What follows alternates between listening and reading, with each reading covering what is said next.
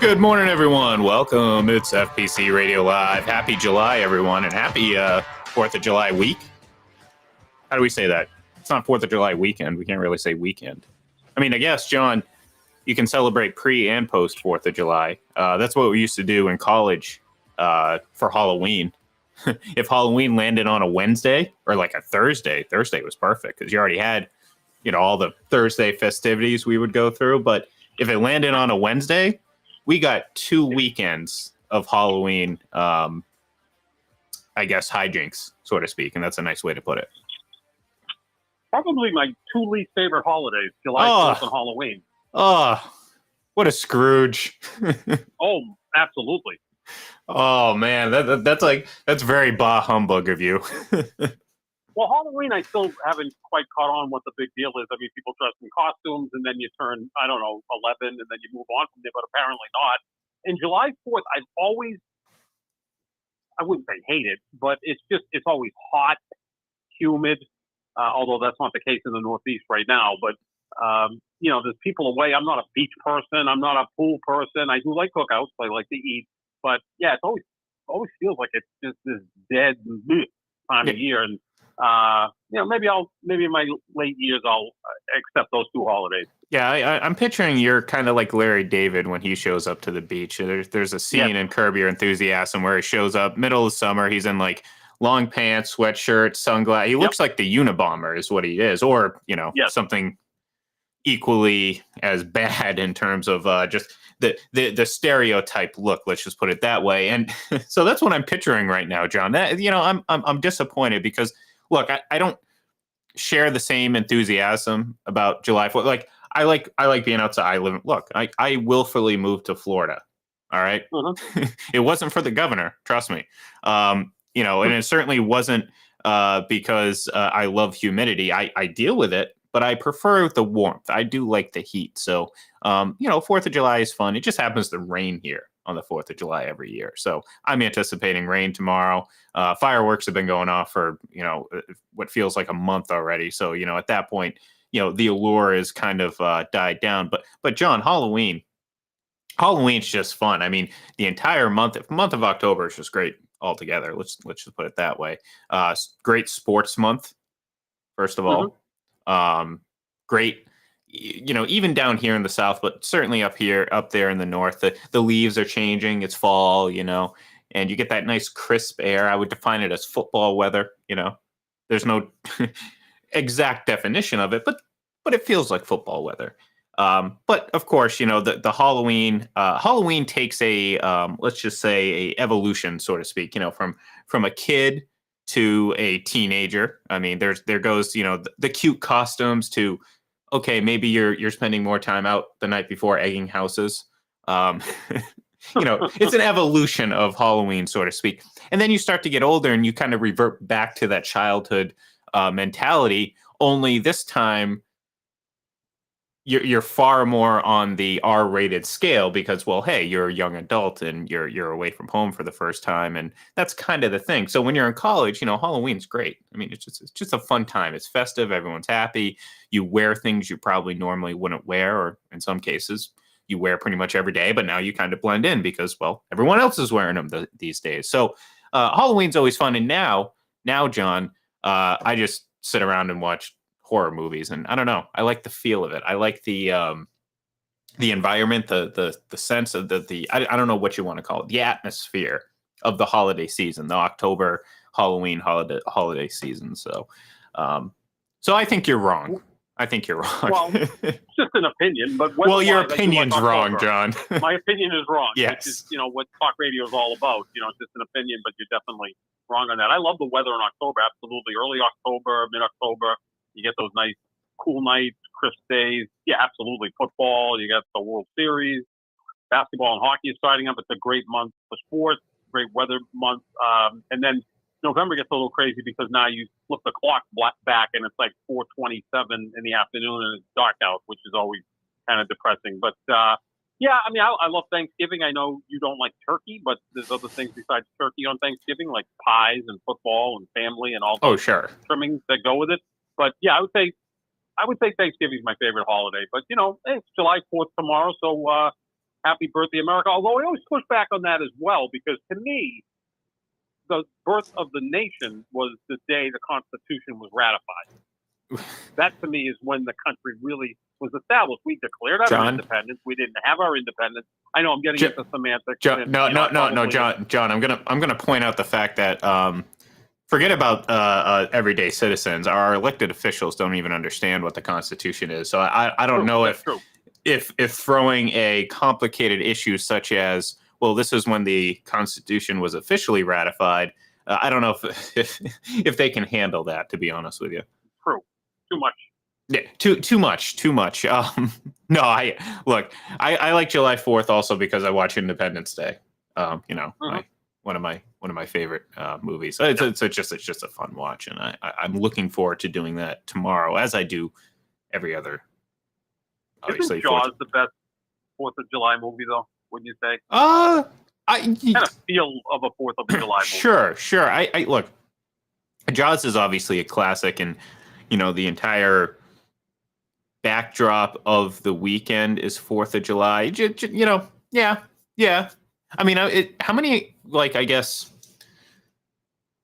4th of July movies are there? And maybe this is, in hindsight, it might sound like a silly tone when I ask the question, because it kind of implies there may not be any, but I feel like there are a lot. I'm just not thinking of them. Born on the 4th of July. Well, yeah. Oliver Stone's movie with Tom Cruise, although right. That's, not necessarily. It's almost like, tomorrow people are going to be playing Born in the USA because they think it's a pro-American song. Yeah. Clearly it's not, right? I remember, presidents walking out to that Bruce Springsteen despised. Just listen to the John, lyrics. forget really about, who cares about the details and all that stuff when we can just do what we want. Team America World Police, yeah. that's a good one, Joel. Yeah, look, I guess there's a few out there, but obviously you're right though, the big ones, Jaws and Independence Day, are two of the classic ones, I would say, right off the bat. So, but yeah, so happy holiday weekend, however you celebrate, whatever you do. I mean, maybe you celebrate by watching. Are they having the hot dog eating contest tomorrow? Tomorrow, yeah. Yeah, tomorrow. That'd be Joey Chestnut. Is he going for his I don't know, what is it, 17th win or something like that? He's yeah, he's only lost once in the last 17 years. He's pretty amazing, isn't he? He's like Bill Russell in the 60s with the Celtics. Yeah, I was gonna say the guy's incredible. I mean, the guy's been doing what he's been doing.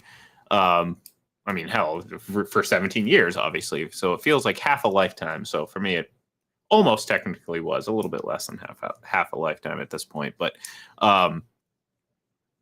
yeah, I'll watch the highlights. Sure. I mean, to be honest with you, I don't really find a bunch of people mowing a bunch of hot dogs that appealing. Kind of makes me sick to my stomach a bit, because I'm just thinking about just how gross it is. Because look, I like hot dogs. I don't need to know what's in them. So for all you out there telling me, oh, well, what's in hot, I don't care. All right. Out of sight, out of mind. All right. But I just don't like, I'm not going to sit there and eat a hot dog by dipping it in bread and water and doing it that way. So to me,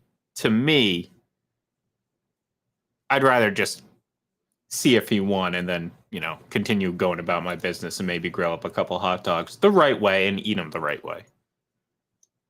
I love hot dogs, but I couldn't picture myself eating 73 of them. No. I can't picture anyone eating 73 of them with the buns, and you're soaking the buns in water so it goes down the esophagus quicker. He also holds records in other things, like 136 chicken wings in 12 minutes or some ridiculous amount, pizza plates, table talk pies. I don't know. He's probably making half this stuff up, but he holds a lot of records. I once ate 12 hot dogs at a barbecue. I could do that. Oh, absolutely. Yeah. That's not a problem. I mean, spaced out over some time, though, right? Or did you sit down and eat them all at once? Yeah, I was keeping a pretty steady pace. I mean, I could do it now. I mean, yeah, Joel says I could eat maybe 3 on a good day. Yeah. I mean, that's pushing it right now. I'm talking about when I was probably 14, 15, the prime of my don't give a bleep what I put in myself. It doesn't really matter attitude, That was around the time I ate a large pizza and a half right before I went and at a hockey camp. I did that once. A little bit younger. You need carbohydrates. Yeah, well, carbo load, right? I think, let's see, what other feats of masticating feats have I accomplished? I said masticating, folks, just by the way, if anyone misheard me. Word. What's that? Tricky word. Yeah, it is. I learned that in middle school because, well, I'm immature, and, well, you put two and two together. Yeah, pizza, burgers. I was never really a big let's see how many burgers I can eat, but I'm sure I've put back a few in my time. These cookouts. You go up, you grab one, you grab two. Next thing you know, you have 5 of them. Hey, whatever. Let me ask you something, because you said you like hot dogs, and now we're really getting off the rails here. I don't even think we've mentioned an athletic event yet. Well, Joey Chestnut is an athlete. No, yeah, that's true. That's true. I guess I'll give him credit for that. I'll give him some sort of props. But I've found that apparently there's this like campaign, or not campaign, but this movement against ketchup on hot dogs. Now, I don't know. I always thought that was just normal. I'm a ketchup and relish type of guy. All right, I'm not a big mustard fan, so I know that's a lot of people like, how can you not eat mustard on a hot dog? Well, look, I chose where I went. Like, I know what's good. Okay, ketchup, relish, perfect. Put some nice diced onions on there. Perfect combination of hot dog. Are you a ketchup on the hot dog type of person? No, No, not at all. In fact, the only thing I like on my hot dog is the cheap yellow French's mustard. Nothing elaborate. Like, I don't need Gouldens. I don't need spicy brown or Dijon. I just need French's yellow mustard. The one that you get for like 99 cents in the bottle. And I put very little of it on there. I don't want to smother the hot dog. That's it. The hot dog has to be fairly well done, though. I like my hot dog well done. If not, I just eat bologna. I don't like ketchup in general. The only time I use ketchup is a little bit with French fries and maybe a little bit on a cheeseburger. That's about it. Now, here's one way I would use ketchup with hot dogs and beans, and the hot dogs are sliced up. Then you could throw some ketchup in there because it kind of mixes in with beans and the hot dogs, and it gives it a little bit extra flavor. So I got really, highly detailed there, but, I like my food. No, of course. Well, I consider you a connoisseur, but all right. Yeah, hot dogs and beans with ketchup. Yeah. Enough about what we're gonna do to ourselves tomorrow. Maybe I'll just try to see how many hot dogs I can eat in one sitting tomorrow, and if you hear back from me, well, that'll probably be a good thing. But who knows? Anyways, obviously over the weekend we had the start of both NHL and NBA free agency. Now, it was pretty look, there were a lot of movement in the NHL. A lot of teams playing it safe with the very minimal increase in the cap, and of course the anticipation that next year we're going to see a nice big jump. So you're seeing a lot of 1-year deals. We saw Tyler Bertuzzi yesterday, unfortunately now a former Bruin, heading to Toronto, but it's been an interesting day or two, because I feel like the story of NHL free agency is the cap, and the story of NBA free agency, well, of course, is Damian Lillard, and he's not even a free agent. Yeah, I mean, obviously, it was somewhat of a surprise to see Tyler Bertuzzi just go for 1 year, $5.5 million from Toronto. You figured the Bruins would be in on 4 or 5 years, $6 million per year, but he's gambling on himself. He's going to Toronto, where he's probably going to put up really good numbers with all that elite talent they have. And then with the cap going up next year, he can get that 5 or 6 year deal at 6.5, maybe even $7 million a year. So, he's taking that chance, but I think it's a pretty wise move by Tyler Bertuzzi. Yeah, as far as the NBA, we're waiting on Damian Lillard and James Harden, because Harden wants to be traded from Philadelphia. Right. Lillard now has requested or demanded a trade from Portland. I don't think you could trade them for each other, because they're kind of a similar age, but different types of players. And I don't know if that would work, especially in Portland. I think Portland wants to rebuild, so they're going to look for some young talent and draft picks and all that stuff for Damian Lillard. the thing I take away from NBA free agency is most of the top players just kind of stayed with their teams, and the amount of those contracts staggering, right? I mean, you're talking about a player, Desmond Bain, who's a nice player, 5 years, $217 million. Jeremy Grant, nice player, 5 years, $160 million to stay with Portland, and I think maybe Portland did that as a way to appeasing Damian Lillard, and then Lillard pulls the rug out from under them and says he wants to get traded. And then you got Halliburton, 5 years, $260 to stay in Indiana, and then LaMelo Ball, 5 years, $260 to re-up with Charlotte. So like now you're looking at Jaylen Brown, who's eligible for the Supermax, which is $295. The Celtics have to give him that. He's better than those two guys. He made second team All NBA. Those guys didn't. So I would assume that that's where we're going to go with the Celtics, but still no news on that. But the amount of the contracts was just like, holy crap. Like, good, not great players making $52 million a year for the next 5 years. Good for them. I'm all in favor of it, but that's staggering. Yeah. And that's the crazy thing. We talk about Deshaun Watson's contract in the NFL all the time, and you just named three of them that are pretty much on par.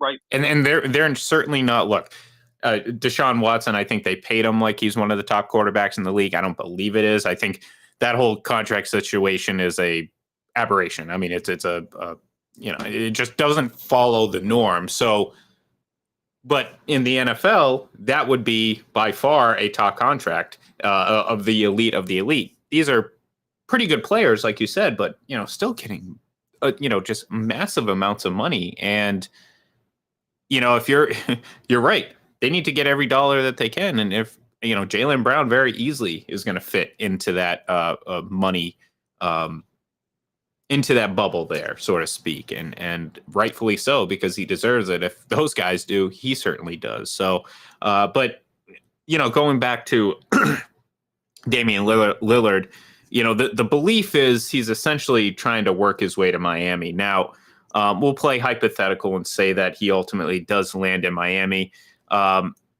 Is it as big of a now? Maybe this was a super optimistic Celtic fan perspective, but considering what we saw this past postseason and how good the bench played, I mean, we talked about it the entire series. How are they continuing to shoot at such a high percentage?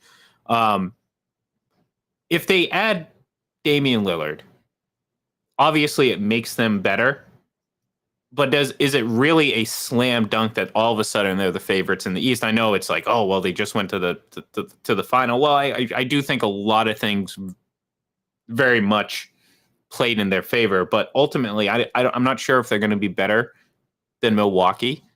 I don't know if they're going to be better than Boston, and in the regular season, at least, I don't know if they're going to be better than Philadelphia. Now, of course, we're still worrying about the whole James Harden thing, so that could change. But I guess my point is, adding Damian Lillard obviously makes Miami better, but how much better, John?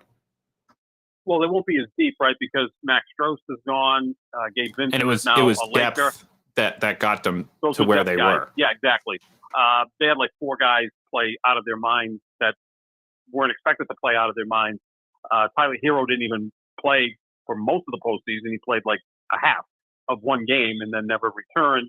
He'll be part of that move to get Damian Lillard to Miami, along with Duncan Robinson. So Robinson would be gone. Strus is gone now, as is Gabe Vincent. So you're losing four guys and returning, a superstar caliber player in Damian Lillard. It also makes you pretty old with your top two players at 33 years old. But the Heat have they're a very arrogant organization. I think they did feel that they can get guys off the street. Yeah, Heat culture, which, the first four words in culture is cult. So yeah. Be careful with all that. But I look at the Heat as being a very arrogant organization, figuring, well, we can just go out and get guys. Almost like Belichick with the Patriots. We'll just go out and get guys and it'll work. Well, that's great when you have Tom Brady. Unfortunately for the Heat, they don't have Tom Brady. They have Jimmy Butler. They may have Damian Lillard, both outstanding players, future Hall of Famers or borderline Hall of Famers, but they're not Tom Brady. So I think that they figure they can find guys that are left off of other teams or undrafted free agents like they've had, and that they can just kind of work them into all of that. But, the thing that is surprising to me is Portland has to go get what they can. The best offer out there.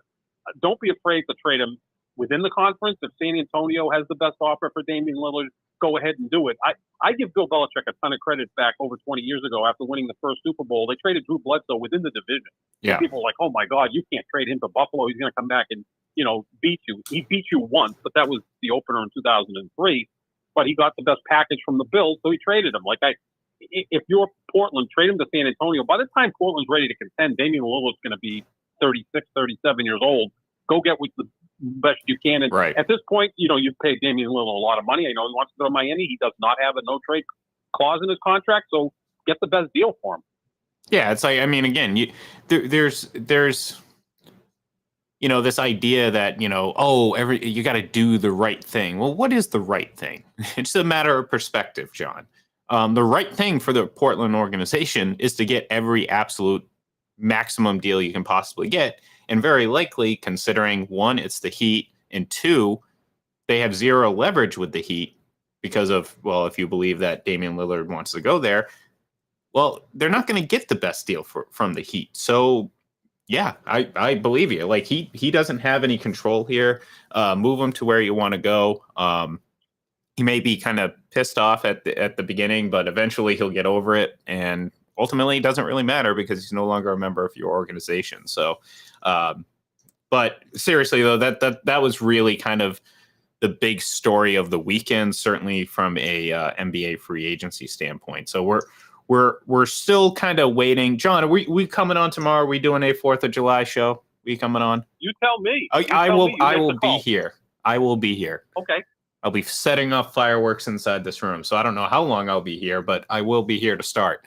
But yeah, so we will. Fireworks can be a problem. It could be, Well, hey, I like to practice my WWE like entrances, and that involves a lot of fireworks and posing. So maybe we'll get a little bit of that tomorrow. But anyways, that's actually going to do it for us here today. Nice, easy Monday show, but we will be back 4th of July tomorrow, and perhaps I will recite the speech word for word. So thank you, everyone, for tuning in, and we'll talk to you soon.